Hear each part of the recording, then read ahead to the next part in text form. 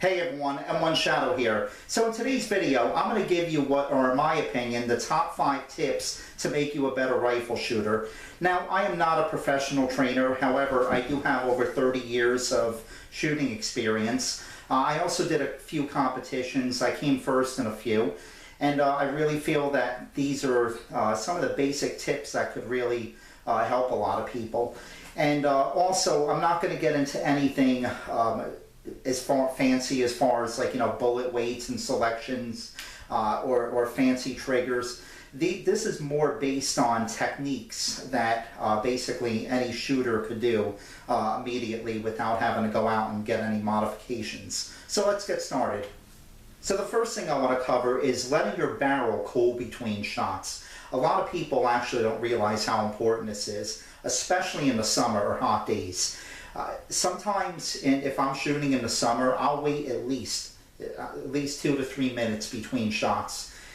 Maybe, like, if you take your first shot, you could probably take your second shot about a minute later or something.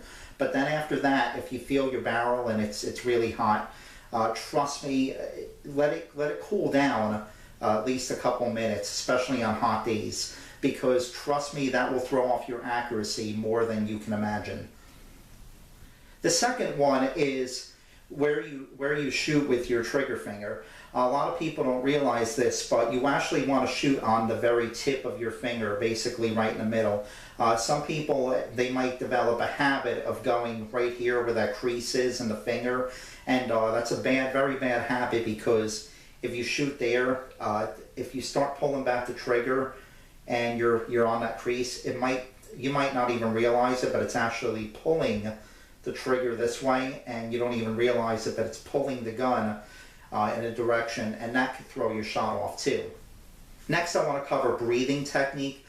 People have different theories of this. What I found works best for me is you take a deep breath in, so breathe in, and then you let out just a little bit, like a little gasp, like, and then at that point, and again, not all the way out, just a little bit, and at that point you stop, and then at that point, that's when you're ready to shoot. That's worked really good for me. Next, I want to talk about recoil. A lot of people let recoil control them, and what I mean by that is when they're taking a shot, they flinch before the rifle even goes off, and that throws off your shot too. What you want to do is, I don't want to say pretend the recoil's not there, but just keep yourself locked very tight in. And I guess this is another tip, but I'm working into this one, is just, it's very important, just keep your trigger smooth and just concentrate on the whole time you're pulling back that trigger to be very smooth with it, and just do not let the recoil control you. Just go along with it, and trust me, that alone will do more for you than you can imagine. And it's going to take some practice, but again, that's why practice is very important, as we all know. Another thing that's very important that a lot of people neglect sometimes is shooting offhand. A lot of people, they get very comfortable shooting on a bench, and while that's great and that's when you're going to get your most precision, it's also good that you practice shooting offhand.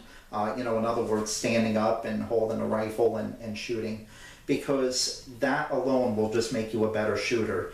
Of course, if you're a bench rest shooter and you're going for bench rest competitions, of course you need to be comfortable shooting on the bench, but I don't care what level of shooting experience you're at. I think practicing your offhand shooting will just overall make you a better shooter. So those are my top 5 tips. However, I know there's a lot of you out there watching that are very good shooters too, and I'm sure that you could give some very good input on this as well. So I'd really like your, for you to put in the comments what maybe things I left out or what works best for you. And for those of you watching, make sure you look in the comments, because a lot of times you can get some really good information and tips in there too. As always, I do want to thank you all for watching, and have a good one.